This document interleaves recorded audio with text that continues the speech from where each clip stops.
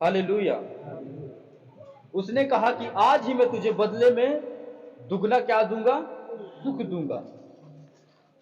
पर दुगना भाग उसी को दिया जाता था, उसी को मिलता था जो उस लायक होता था, उस काबिल होता था। हालेलुया। आप एक टाइम था, एक जमाना था कि दुगना भाग उसी को दिया जाता था जो घर में पहलौठे होते थे। पहलौठे लड़का होते थे या बेटी होता था या कोई भी होता था, यदि वो पहलौठा है तो दुगना भाग उसे दिया करते थे लोग। पर वचन कहता है, हे आशा धरे हुए बंदियों, गढ़ की ओर फिरो, मैं आज ही बताता हूं कि मैं तुमको बदले में क्या दूंगा? दूना सुख दूंगा। अब सोचो, जब एक सुख आता है तो हम में रहा नहीं जाता, जब दुगना सुख आएगा तो दुगना सुख वो कैसा होगा? आप सोच सकते हो कि जब दुगना सुख परमेश्वर हमें देगा तो हम कैसे होंगे और कहां पे होंगे और हम कैसे फील करते होंगे। हालेलुया। या यदि आज किसी के पास दुगना सुख नहीं है, पहला सुख है, तो वो कितना आनंदित है, कितना वो खुशहाल जीवन जी रहा है, वो कितना अच्छा से अपने फैमिली के साथ है। पर वचन कहता हो जब हमें वो आएगा तो हमें वो दुगना सुख देगा। तो जब दुगना सुख हमारे पास होगा तो हम कैसे होंगे और क्या करते होंगे, हम क्या फील करते होंगे। व्यवस्था विवरण उसका 21, 15 से 17 वचन देखेंगे हम।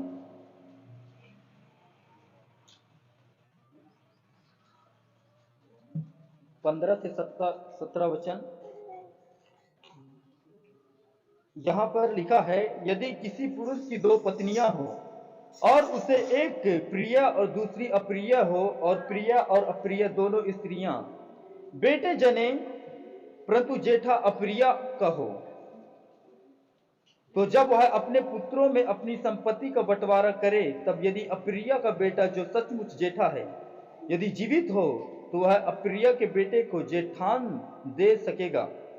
वह यह जानकर कि अप्रिय का बेटा मेरे पौरुष का पहला फल है और जेठे का अधिकार उसी का है, उसी को अपनी सारी संपत्ति में से 2 भाग देकर जेठासी माने। हालेलुया। कहता उसी को 2 भाग देकर जेठासी माने। हालेलुया।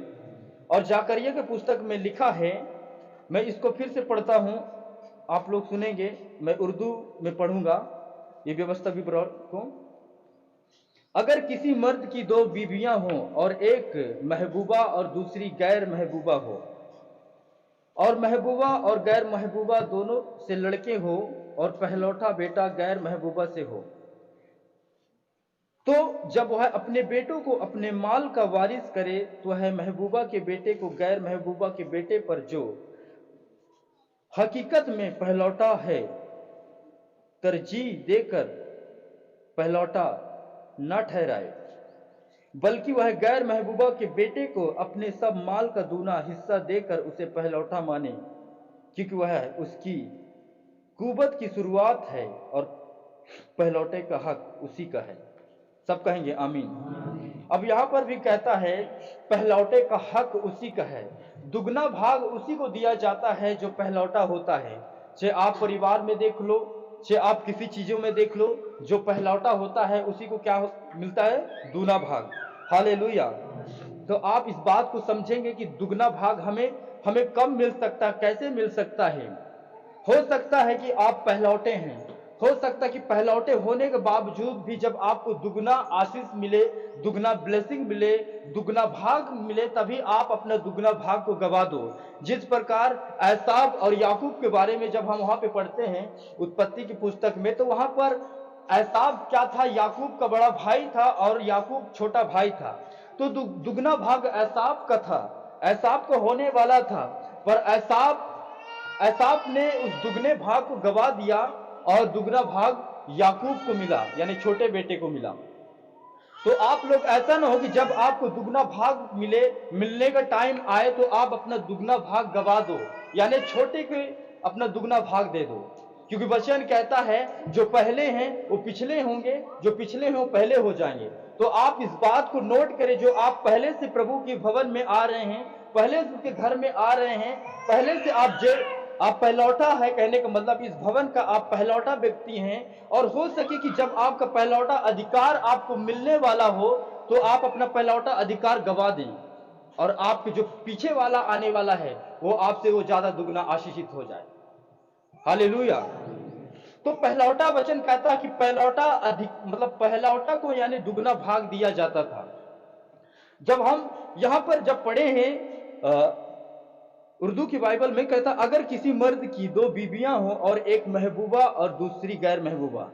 महबूबा का मतलब होता है कि उससे वो ज्यादा प्रेम रखता है, और गैर महबूबा का मतलब होता है कि उससे वो कम प्रेम रखता है हो। और महबूबा और गैर महबूबा में से कहता लड़के हों और पहलौठा बेटा गैर महबूबा से हो।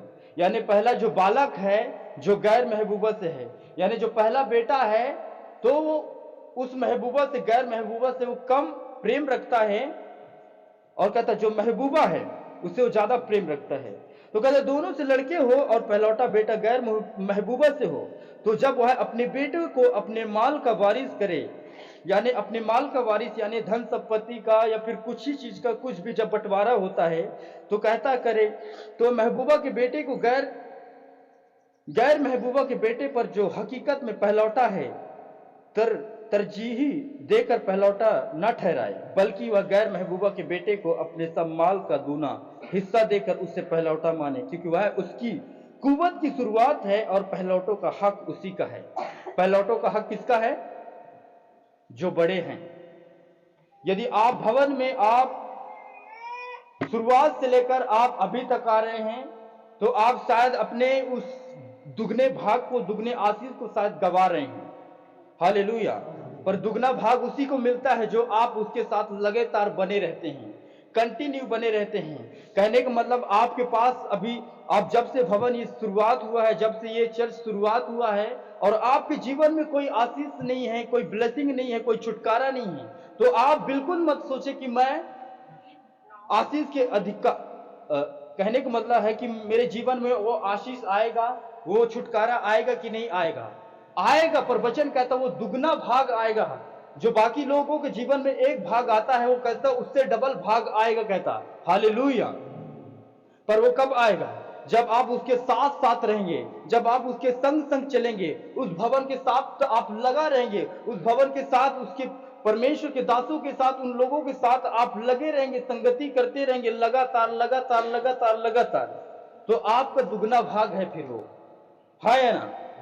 पर यदि आप सोचे कि याकूब की तरह कि हाँ मुझे भूख लगा है, आप जल्दबाजी करें, एसाव की तरह आप जल्दबाजी करें और आप अपना पहलौठा अधिकार गवा दें, तो आप बिल्कुल ऐसा न करें। आपको धीरज धर के खुदा के लोगों के साथ, उसके भवन के साथ, उसके कामों के साथ आपको धीरज के साथ आपको चलना होगा। हालेलुया। कहीं ऐसा ना हो कि जब आपको दुगना भाग मिलने वाला हो तो आप अपना दुगना भाग और किसी के औरों को हाथ में बेच डालें, क्योंकि मैंने कहता, वचन कहता है कि जो पहले हैं वो पिछले होंगे और जो पिछले हैं वो पहले होंगे। तो आप ऐसा ना करें कि जो आप पहले हैं तो आपका जो पहला जो भाग मिलने वाला, जो डबल तुम्हें मिलने वाला है, तो आपसे जो बाद में आ रहे हैं ऐसा ना हो कि आपसे वो ज्यादा वो आशीषित हो जाए और कम आप लोग आशीषित हो जाए। हालेलुया। आज किसी के पास वो आशीष नहीं है, वो किसी के पास वो ब्लेसिंग नहीं है, पर आप बिल्कुल मत सोचें कि मेरे पास कोई छुटकारा नहीं है, कोई आशीष नहीं है, क्योंकि परमेश्वर आपको दुगना भाग देगा, वो ब्याज के साथ देगा। क्योंकि परमेश्वर जानता है कि तुम इस भवन में तुम पहलौठे हो, वो जानता है कि तुम मेरे बड़े बेटे और बड़े बेटी हो, वो जानता है कि पहलौठा किसको देना है और किसको नहीं देना है। हाँ या ना? कितनों को बात समझ में आ रहा कि नहीं आ रहा है? जब एलीशा के जीवन को हम पढ़ते हैं तो एलीशा के साथ साथ और भी बाकी चेले थे, वो क्यों दुगना भाग नहीं पाए? एलीशा बस क्यों पाया दुगना मसा? हालेलुया। हम पढ़ेंगे दूसरा राजा की पुस्तक, उसका दो अध्याय, पेज नंबर 448 47। तो यहां पर एलिया का स्वर्गारोहण है। अब मैं इसका दूसरा राजा 2 अध्याय उसका 1 वचन से लेकर 15 वचन पढ़ूंगा। आप लोग ध्यान से समझेंगे कि दुगना भाग कैसे एलिया ने प्राप्त किया, एलीशा ने। कहता जब यहोवा एलिया को बवंडर के द्वारा स्वर्ग में उठाने को था। कहता एलिया, जब यहोवा एलिया को बवंडर के द्वारा स्वर्ग में उठा लेने को था, तब एलिया और एलीशा दोनों संग संग गिलगाल से चले। गिलगाल से चले। एलिया ने एलीशा से कहा, यहोवा मुझे बेतेल तक भेजता है, इसीलिए तू यहीं ठहरा रहा। एलीशा ने कहा, यहोवा के और तेरे जीवन की शपथ, मैं तुझे नहीं छोड़ने का। इसीलिए वो बेतेल को चले गए और बेतेल वासी भविष्यवक्ताओं के चेले एलीशा के पास आकर कहने लगे, क्या तुझे मालूम है कि आज यहोवा तेरे स्वामी को तेरे ऊपर से उठा लेने पर है? उसने कहा, हां मुझे भी यह मालूम है। कहता तू चुप रह। एलिया ने उससे कहा, हे एलीशा, यहोवा मुझे यरीहो को भेजता है, इसीलिए तू यहीं ठहरा रहा। उसने कहा, यहोवा के और तेरे जीवन की शपथ, मैं तुझे नहीं छोड़ने का। अतः वह यरीहो को आए और ये यरीहो वासी भविष्यवक्ताओं के चेले एलीशा के पास आकर कहने लगे, क्या तुझे मालूम है कि आज यहोवा तेरे स्वामी को तेरे ऊपर से उठा लेने पर है? उसने उत्तर दिया, हां मुझे मालूम है। तुम कहता चुप रहो। फिर एलिया ने उससे कहा, यहोवा मुझे यारदन तक भेजता है, इसलिए तू यहीं ठहरा रहा। उसने कहा, यहोवा के और तेरे जीवन की शपथ, मैं तुझे नहीं छोड़ने का। अतः वो दोनों आगे आगे चले और भविष्यवक्ताओं के चेलों में से 50 जन जाकर उसके सामने दूर खड़े हुए और वो दोनों यारदन के किनारे खड़े हुए। तब एलिया ने अपनी चादर पकड़कर ऐठी ली और जल पर मारा, तब वह इधर उधर दो भाग हो गया। वो दोनों स्थल ही स्थल पार उतर गए और उनके पार पहुंचने पर एलिया ने एलीशा से कहा, इससे पहले कि मैं तेरे पास से उठा लिया जाऊं, जो कुछ तू चाहे कि मैं तेरे लिए करूं वह मांग। एलीशा ने कहा, तुझ में जो आत्मा है उसका दूना भाग मुझे मिल जाए। एलिया ने कहा कि तूने कठिन बात मांगी है, तो भी यदि तू मुझे उठा ले जाने के बाद देखने पाए तो तेरे लिए ऐसा ही होगा, नहीं तो ना होगा। वो चलते चलते बात करते थे कि अचानक एक अग्निमय रथ और अग्निमय घोड़ों उसको अलग अलग किया और एलिया बवंडर में होकर स्वर्ग पर चढ़ गया और उसे एलीशा देखता और पुकारता रहा, हाय मेरे पिता, हाय मेरे पिता, हाय इज़राइल के रथ और सवारों। जब उसको फिर देखना पड़ा, तब उसने अपने वस्त्र फाड़ कर दो भाग कर दिए और उसने एलिया की चद्दर उठाई जो उस पर से गिरी थी। वह लौट गया और यारदन के तट पर खड़ा हुआ। तब उसने एलिया की वह चादर जो उस पर गिरी थी पकड़कर जल पर मारी और कहा, एलिया का परमेश्वर यहोवा कहाँ है? जब उसने जल पर मारा, तब वह इधर उधर दो भाग हो गया और एलीशा पार हो गया। उसे देखकर भविष्यवक्ताओं के चेले जो यरीहो में उसके सामने थे कहने लगे, एलिया में जो आत्मा थी वही एलीशा पर ठहर गई है। और अतः उससे मिलने को आए और उसके सामने भूमि तक झुककर उसको दंडवात किए। सब कहेंगे आमीन, हालेलुया। आज बहुत से ऐसे क्वेश्चन करते हैं, क्योंकि जब एलीशा को मालूम था कि आज मेरा स्वामी हमारे ऊपर से उठा लिया जाएगा, आज परमेश्वर उसे स्वर्ग पर उठा लिया जाएगा, फिर भी एलीशा ने उसका पीछा नहीं छोड़ा। एलिया उसे तरह तरह की बातें कहता है। एलिया कहता है, मैं यरीहो को जाता हूं, फिर भी वो कहता कि प्रभु मैं तुझे छोड़ने के नहीं। वो कहता मैं बेतलहम को जाता हूं, वो कहता मैं छोड़ने के नहीं। मैं कहता मैं यारदन को जाता हूं, कहता प्रभु मैं छोड़ने को नहीं। बाकी चेले कहते हैं, क्या तुझे मालूम नहीं है कि आज तेरे स्वामी, वो अब क्या बोले, वो बाकी चेले ऐसे नहीं कहें कि अब हमारे स्वामी, उसने कहा अब क्या तुझे मालूम नहीं कि तेरे स्वामी यानी तेरे स्वामी आज तेरे ऊपर से उठा लिया जाएगा। कहता है एलीशा कहता मुझे भी मालूम है। कहता तू मुझे न समझा, कहता तू चुप रहा, पर कहता तू अपना काम कर, मैं अपना काम करता हूं। और एलीशा एलिया के पीछे नहीं छोड़ा। वो जहां जहां गया यारदन भी पार किया, क्योंकि यारदन के पार तो जा नहीं सकता था, पर एलिया ने एलीशा के सामने वो बड़े चमत्कारों की किया। उसने एठी ली और चद्दर पर मारी और वो जल दो भाग हो गया, वो दो भाग हो गया। अब एलीशा ने देखा कि यार एलिया ये तो जल को दो भाग कर दिया है। तो जब उसके पीछे पीछे वो चला, तो इसलिए उसने कहा, एलिया ने कहा कि तूने एलिया ने कहा, हम 9 वचन देखेंगे, उसने पार पहुंचने पर एलिया ने एलीशा से कहा कि इससे पहले कि मैं तेरे पास से उठा लिया जाऊं, जो कुछ तू चाहे कि मैं तुझे तेरे लिए करूं, कहता वह मांग। एलीशा ने कहा, तुझ में जो आत्मा है उसका दूना भाग मुझे मिल जाए। कहता जो तुझ में दूना भाग, कहता जो तुझ में है, कहता उसका दूना भाग मुझे क्या हो जाए, मिल जाए, प्राप्त हो जाए, उसे मैं ग्रहण कर लूं, वो मेरे पास बनी रहे। तो अब सोचो, क्या वहां पे एलिया का चेला क्या एलीशा बस था? नहीं था, और बहुत सारे लोग थे, पर उन्होंने कहा कि अब हमें कोई फायदा ना होगा, क्योंकि अब हमारा स्वामी हमारे बीच से उठा लिया जाएगा। तो अब एलीशा इसके पीछे पीछे जा रहा है, तो उसी का स्वामी है, उसी का चेला है। तो कहता अब हमें कुछ लाभ ना होगा, तो हम एलिया के पीछे जाने से हमें क्या मतलब है, हमें व्यर्थ मेहनत करने से क्या मतलब है, क्या फायदा है। पर एलीशा जानता था, इसलिए एलिया का पीछा उसने नहीं छोड़ा, और पीछे पीछे गया, और उसने कहा जो तुझ में है उसका दुगना भाग, उसका आत्मा को दुगना भाग मुझे मिल जाए, कहता है। हालेलुया। तो आप यहां पर सोच सकते हो कि एलीशा को दुगना भाग मिला और बाकी चेलों को तो एक भी भाग प्राप्त नहीं हुआ। पर जब उसे दुगना भाग मिला, और जब जिस प्रकार एलिया ने उस यारदन नदी को मारा तो 2 भाग हो गया, अब एलीशा भी मारता है उस चद्दर से, कहता है हे एलिया का परमेश्वर, कहता तू कहां है? वो मारा और वो 2 भाग हो गया। अब जब बाकी चेलों को पता चला कि ये कैसे हो सकता है, ये कैसे हो सकता है, लगता है जो एलिया का आत्मा था वो एलीशा पर आ ठहरा है, और बाकी चेले अब उसके नीचे आ गए एलीशा के, और वो सब दंडवाद कर रहे हैं। हालेलुया। आपको हो सकता है कि आपके पास ब्लेसिंग नहीं, आपके पास छुटकारे नहीं, आपके पास जो चाह रहे वो चीजें नहीं है आपके पास।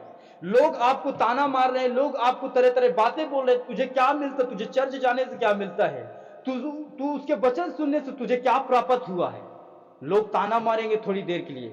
जब दूना भाग मिलेगा, जब आपको दूना भाग परमेश्वर देगा, तो लोग भी आपके उस दूने भाग के सामने, उस आशीष के सामने, उस ब्लेसिंग के सामने वो भी दंडवाद करेंगे और पछताएंगे, और पछताने से कुछ भी फायदा ना होगा।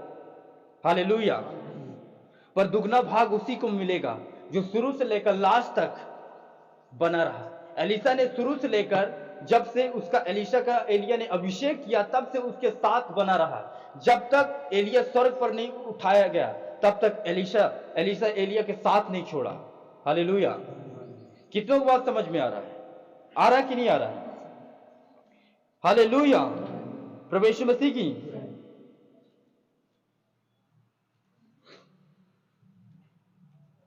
तो दुगना भाग उन्हीं को मिलेगा जो परमेश्वर के भवन में लगा हुआ है, जो परमेश्वर के वचनों पे लगा हुआ है। उसके जीवन में कुछ ब्लेसिंग है या नहीं है, कोई दिक्कत नहीं, पर एक टाइम आएगा परमेश्वर उन्हें दूना भाग देगा, दुगना सुख देगा, दुगना आशीष देगा, दुगना ब्लेसिंग देगा, सब कुछ दुगना ही दुगना देगा। हाँ या ना?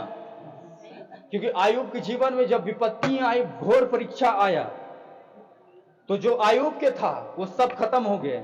फिर भी आयुब ने परमेश्वर के साथ साथ चलता था, उसे बिल्कुल नहीं छोड़ा। उसके वाइफ कहते हैं, अब तू परमेश्वर के मुंह पर निंदा कर कि अब तेरे बच्चे नहीं रहे, अब तेरे धन संपत्ति नहीं रहे, अब तेरे कोई आदर मान नहीं रहे।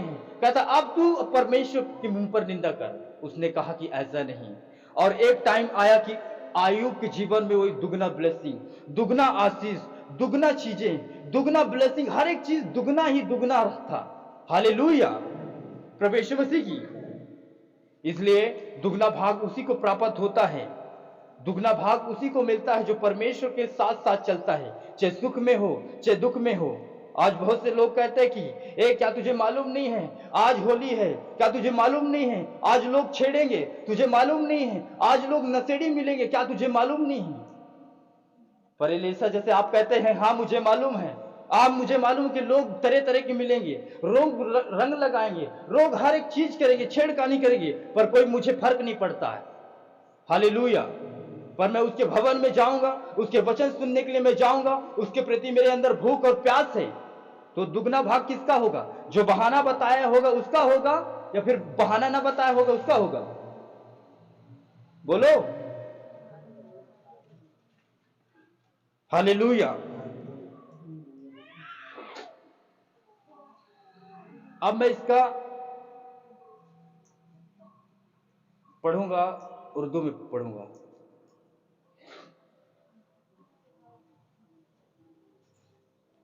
कहता, और जब खुदाबंद एलिया को सोले में आसमान पर उठा लेने को था, तो ऐसा हुआ कि एलिया एलीशा को साथ लेकर जिलजाल से चला।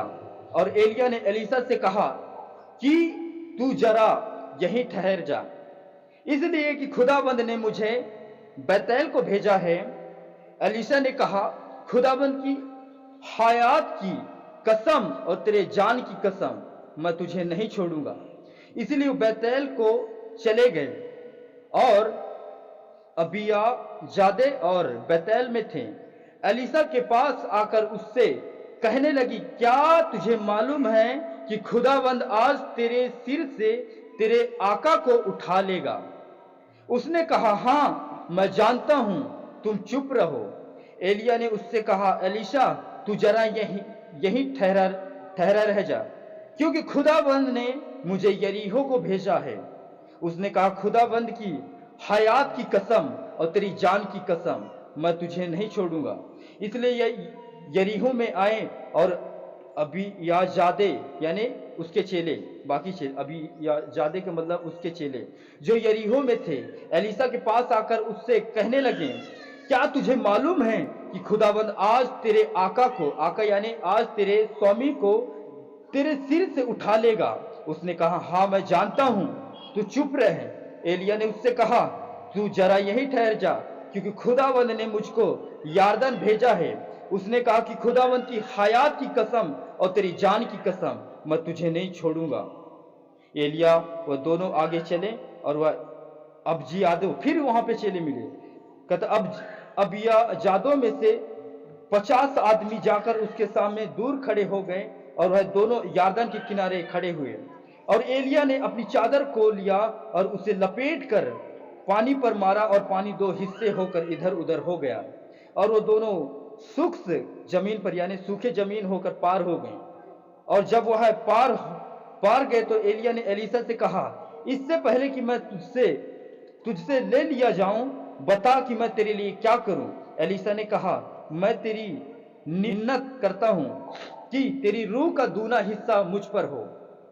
उसने कहा कि तूने मुश्किल सवाल किया है, तो भी अगर तू मुझे अपने से जुदा होते देखे तो तेरे लिए ऐसा ही होगा, और अगर यदि तो ऐसा ना होगा। और वह आगे चलते और बातें करते जाते थे कि देखो, एक आग का रथ और आग के घोड़ों ने उन दोनों को जुदा कर दिया। और एलिया सोलो में आसमान पर चला गया। एलीशा यह देखकर चिल्लाया, हे मेरे बाप, हे मेरे बाप, इज़राइल के रथ और उसके सवार। और उसने उसे फिर न देखा।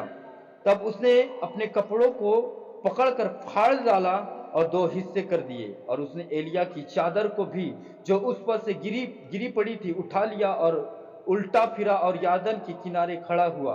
और उसने एलिया की चादर को जो उस पर से गिर पड़ी थी लेकर पानी पर मारा और कहा, खुदाबंद एलिया का खुदा कहाँ है? और जब उसने भी पानी पर मारा तो वह इधर उधर 2 हिस्से हो गए। और एलीशा पार हुआ। जब उन अबीयाजादों ने जो यरीहो में उसके सामने थे उसे देखा तो वह कहने लगे, एलिया की रूह एलीशा पर ठहरी हुई है। और वह उसके इस कबाल को आए और उसके आगे जमीन पर झुककर उसे सजदा किए। सब कहेंगे आमीन, हालेलुया। जब लोग आपके दूने भाग को देखते हैं, जब आपको आशीषों को देखते हैं, क्योंकि लोग आज से नहीं पहले से भी हैं और अब भी हैं, वही चीजें हैं। लोग उनके ग्लोरी को देखना चाहते हैं पर उनके स्टोरी को नहीं देखना चाहते हैं कि वो कौन से चीज को मूल्य अदा किया है, कौन चीजों को उसने छोड़ा है, किन चीजों को उसने त्याग किया है। आज ये बाकी चीजों को लोग नहीं देखना चाहते हैं पर आपके आशीष को देखना चाहते हैं, आपको ब्लेसिंग को देखकर वो चर्च में आना चाहते हैं, आपके हर एक चीजों को बना बुनाया वो देखना चाहते हैं और वो चर्च को आना चाहते हैं। हाँ या ना? वो आपको मूल्य को नहीं जानते हैं कि आपने कौन सी कीमत अदा किया है, वो नहीं जानते कि आपने कौन सी चीजों को त्यागा है, कौन सी चीजों को आपने छोड़ा है। वो नहीं जानते हैं। आपने प्राइस पे किया है, मूल्य अदा किया है, और जब आप मूल्य अदा करते हैं तो परमेश्वर आपको दूना भाग देता है। जब लोग आपको आशीष को देखते हैं, उस ब्लेसिंग को देखते हैं, तो लोग कहते हैं कि हाँ, अब मुझे चर्च जाना चाहिए, अब मुझे उस चीजें पर जाना चाहिए, अब मुझे खुदावंत के वचनों को सुनना चाहिए। तो क्या फायदा होता है इससे? क्या मतलब होता है? क्या मतलब होता है कि पहले व्यक्ति वो पीछे हो गया और पीछे व्यक्ति आगे निकल गया? कोई फायदा नहीं है, कोई मतलब नहीं पहलौटे का, हाँ या ना? तो इससे लोग सवाल भी खड़ा करेंगे, तुम तो पहले जाते थे, खुदाबंद खुदा को अपनी परमेश्वर मान लिए थे, उसने तू अपना प्रभु मान लिए थे, उसने अपना उद्धार मान लिए थे, पर तेरे जीवन में वो काम क्यों नहीं हुआ जो पहले ने किया? तुझसे ज्यादा वो आशीषित हुआ। पहले और तुझमें में क्या फर्क है? आप बोलेंगे बात तो सही है, बात तो सही है, आप बहाना बनाएंगे, आप तरह तरह की बातें बोलेंगे। पहलौटों को दुगना भाग दिया जाता है। कितनों को बात समझ में आए कि नहीं आए? आपको परमेश्वर चंगा करे या ना करे, आपको ब्लेस करे या ना करे, आपको आशीषित करे या ना करे, पर खुदाबंद के आपको साथ चलना होगा, उसके लोगों के साथ चलना होगा। क्योंकि परमेश्वर जब भी आशीषित करता है, जब भी ब्लेस करता है, जब भी छुटकारा देता है, तो कहीं ना कहीं अपने लोगों के माध्यम से देता है, कहीं ना कहीं अपने अभिषिक्तों के द्वारा देता है। क्योंकि वचन बहुत से ऐसी बातों को बताता है। क्योंकि जब हम वहां न्याय की पुस्तक पढ़ते हैं तो वहां पर बहुत सी ऐसी बातों को बताता है। जब गिदोन के जीवन को हम पढ़ते हैं तो वहां पर जब इजरायली लोग परमेश्वर के नजर में बुरा व्यवहार किए थे, बुरा काम करते थे, वो बंधुआई में जाते थे, और जब वो बंधुआई में जाते थे, दुखी हो जाते थे, निराशा हो जाते थे, तब वो परमेश्वर को पुकारते थे, हे परमेश्वर, हमारे पूर्वजों को परमेश्वर तू कहां है? और परमेश्वर किसी न किसी को भेजता था, अपने दासों को भेजा, अपने नबी को भेजा, और उनके माध्यम से छुड़ाया। जब इजरायली लोग ज्यादा दुखों में थे, फिरौन के अंडर में थे, अरेस्ट में थे, शैतान के अरेस्ट में थे, तो उन्होंने चिल्लाया कि हे यहोवा तू कहां है? और यहोवा ने मूसा को भेज दिया, मूसा को चुनकर उनके सामने भेज दिया। फिर लोगों ने आगे चल के पाप किए, फिर बंधुआई में चले गए, फिर उन्होंने आवाज लगी कि हे परमेश्वर तू कहां है? फिर उसने गिदोन को भेज दिया, यहोशू को भेज दिया। हालेलुया। तो जब भी आपको दुगना भाग तभी मिलेगा, आप परमेश्वर के भवन को न छोड़ें, इकट्ठा होना न छोड़ें, उसके लोगों को संगति में रहना न छोड़ें। हालेलुया। क्योंकि आपको ब्लेसिंग उसके लोगों के माध्यम से मिलेगा, है ना? यदि आपको डायरेक्ट मिलता तो आप कब के उर्दू में माला माल हो जाती? क्यों? कब के आप माला माल हो जाती यदि डायरेक्टली आपको मिलता? हालेलुया, प्रभु यीशु मसीह की।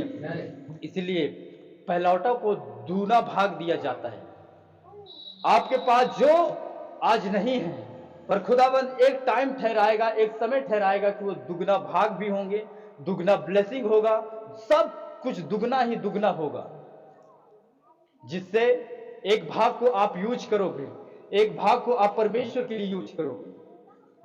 हालेलुया।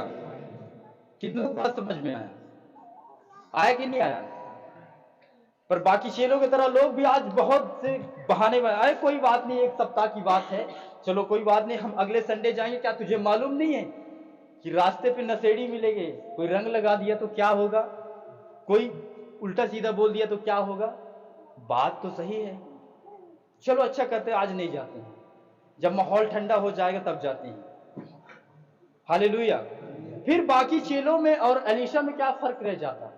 यदि वो भी, एलीशा भी उनकी बातों को मानता कि सच में यार, आज तो हमारा आका, हमारा स्वामी हमारे ऊपर से उठा ले जाने पर है, तो हम क्यों मेहनत करें, क्यों उसके पीछे जाएं, हमें क्या फायदा होगा?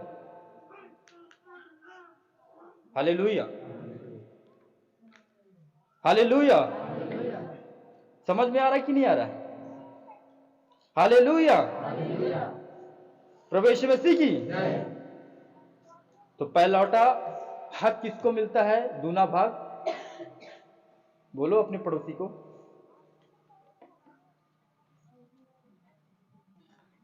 आप अपने पड़ोसी कहो, क्या आप दूने भाग के हकदार हैं?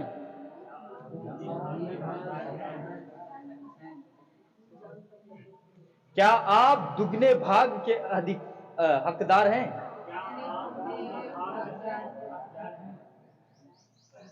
अब सोचो, आप बोले कि हाँ मैं हूं, तो फिर आपका पहलौठा कहां गया? जिस टाइम पर बाप को जरूरत था बेटे को, तो पहलौठा बेटा कहां था? जिस टाइम चर्च को पहला विश्वासी का जरूरत था, वो कहां थे? सोचो। जिस टाइम खुदाबंद के लोगों को, वो अपने लोगों से आशा रखेंगे ना, कि बाकी लोगों से तो न रखेंगे, नशेड़ियों तो आशा न रखेंगे कि आओ भाई हम ईस्टर संडे मनाते हैं, आओ भाई हम पाम संडे मनाते हैं, आओ भाई हम गुड फ्राइडे मनाते हैं। हालेलुया, प्रभु यीशु मसीह की। इसलिए यदि आपको दुगना आशीष लेना है, दुगना भाग लेना है, तो आप उसके भवन को न छोड़ो। कैसे भी परिस्थिति हो, कोई भी दिक्कत हो, न छोड़ो, न उनके लोगों को छोड़ो, आप संगति में रहो, और न उसके भवन को छोड़ो। हालेलुया। क्योंकि वचन कहता है कि श्रापित है वह पुरुष जो मनुष्यों पर भरोसा करता है। पर वचन यह भी कहता है कि तुम मेरे नबियों पर भी विश्वास करो, प्रतीति करो, और परमेश्वर पर भी, तब तुम कृतार्थ हो जाओगे, यानी तुम सफल होगे। हालेलुया, प्रभु यीशु मसीह की। आइए हम वचन को ये पर संपन्न